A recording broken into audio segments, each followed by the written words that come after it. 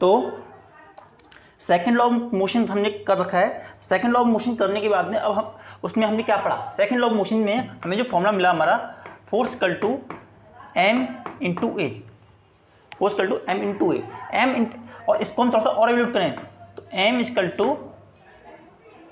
To v minus u upon t and mb minus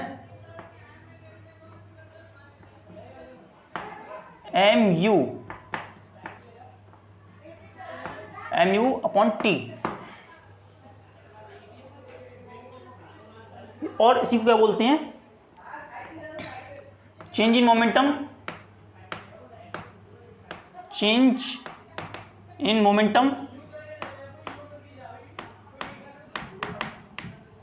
upon time. तो जो हमारा force है हम इसको देखते हुए क्या देख रहे हैं कि जो टाइम के रेस्पेक्ट में मोमेंटम में चेंज आ रहा है वही हमारा first law of motion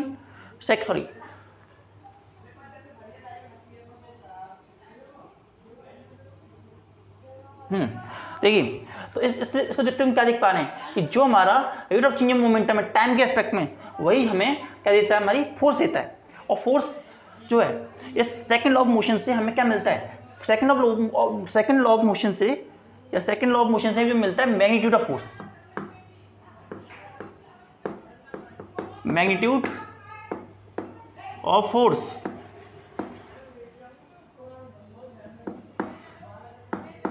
in terms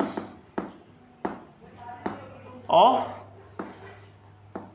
mass and acceleration।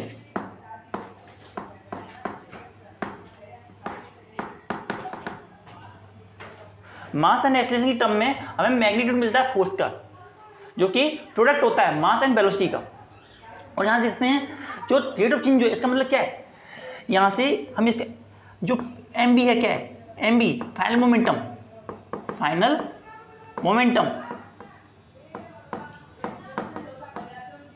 And m u क्या है, initial momentum,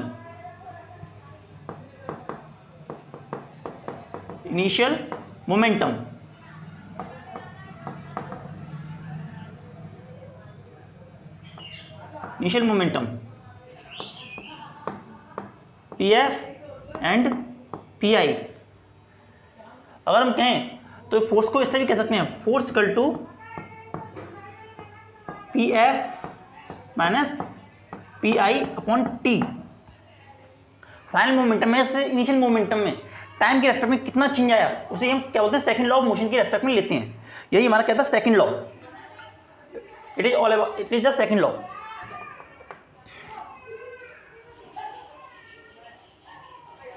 it is our second law,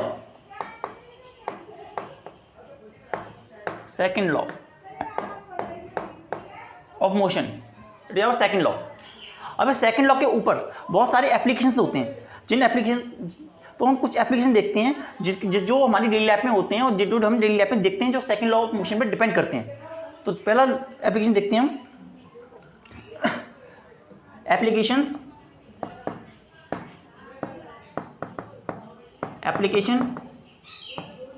on the basis of second law of motion. Second law of motion के respect में जो कुछ applications हैं, जो application daily life में use होते हैं, तो वो हमारी कैसे कैसे एप्लीकेशन देखते हैं। पहला एप्लीकेशन नंबर 1,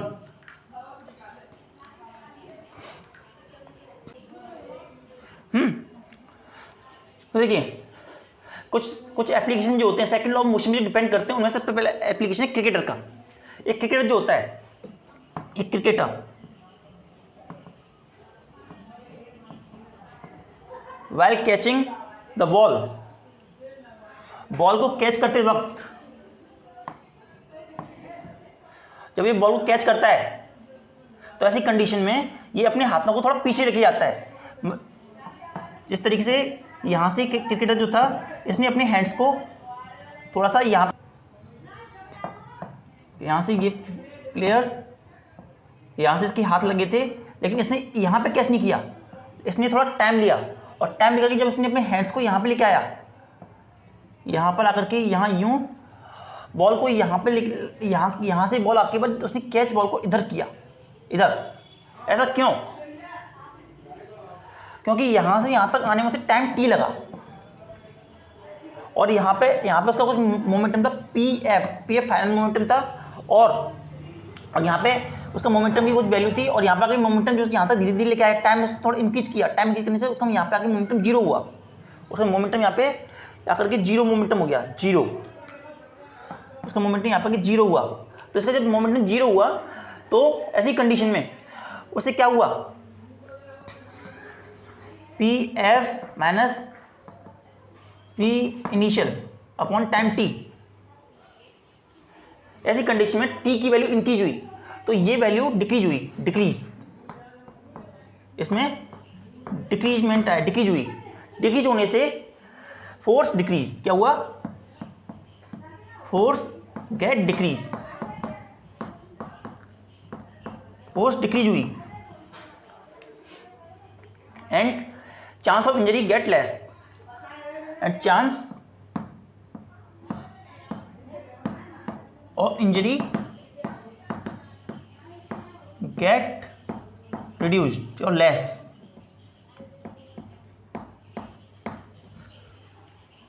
लेकिन वहीं और क्या होता कि अगर इसने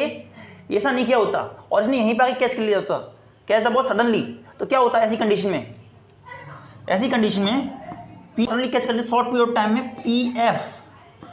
minus p i upon time T, तो ऐसी कंडीशन में लेस टाइम होता, लेस टाइम, टाइम टेकन, इसमें इस कंडीशन में क्या था, time taken more, time taken more, time taken more, जो टाइम लिया गया वो ज्यादा लिया गया। और वहीं इसमें क्या हुआ, टाइम टेकन लेस, और टाइम टेकन जब लेस किया गया तो P initial minus P final की जो वैल्यू हुई वो इंक्रीज हुई, इंक्रीज होने से इंक्रीज हुई तो force get increase, force increase, force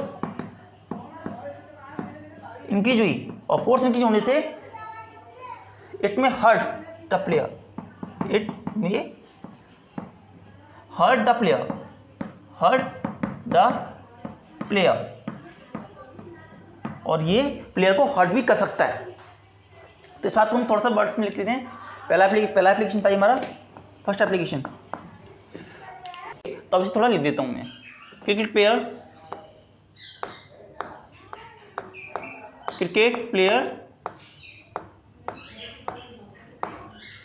lower his hand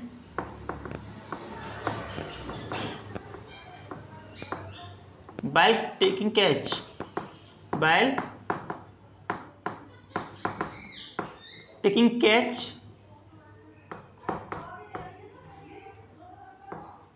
a catch so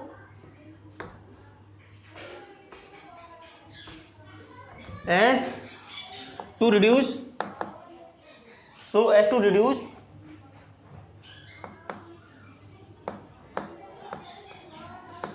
the momentum, so as to reduce the momentum, so as to reduce the momentum and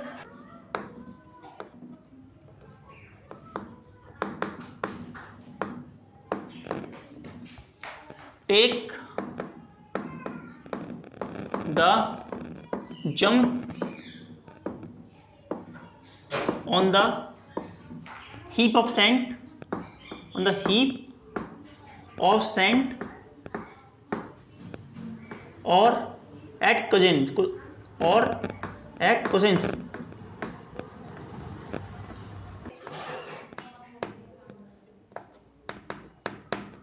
it makes the landing of high jumper safe।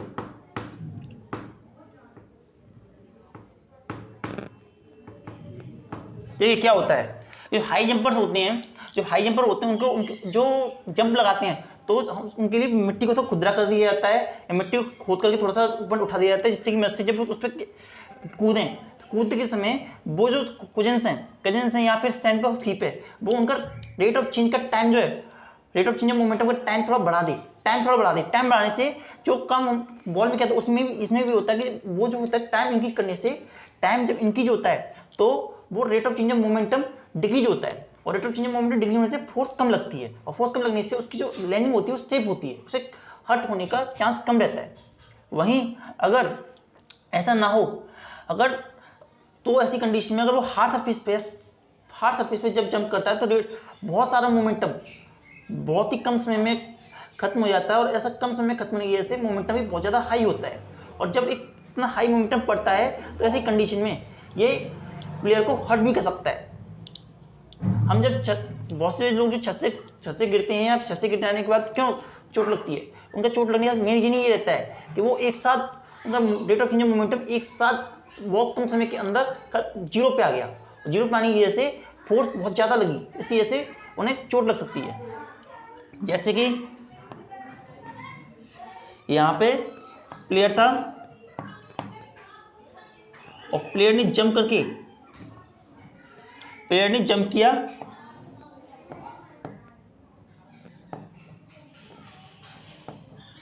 Player ने jump करते हुए यहाँ पर आकर के late गया।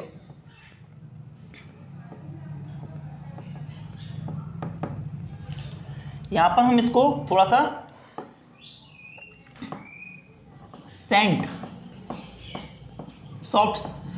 इस मिट्टी को थोड़ा सा खुदरा कर दिया, सॉफ्ट सैंड बना दिया, सॉफ्ट कर दिया थोड़ा सा। सॉफ्ट करने की वजह से जब यहाँ पे गिरा तो यहाँ पर इसको लेस हर्ट हुआ,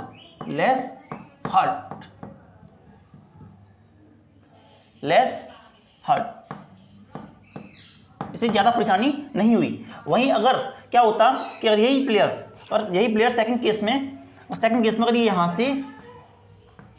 एक बिल्डिंग पर खड़ा है और बिल्डिंग से यहाँ से गिरता है फ्लो इस पे यहाँ पर,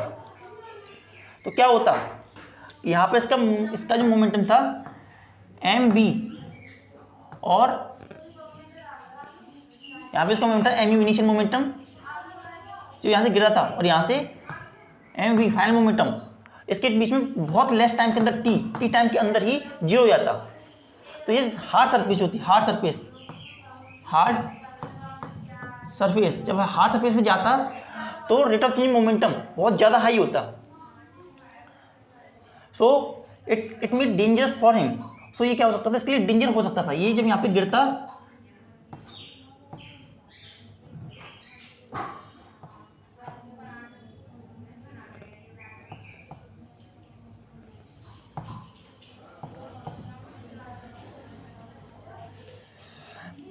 ऐसे गिरता तो पर्सन में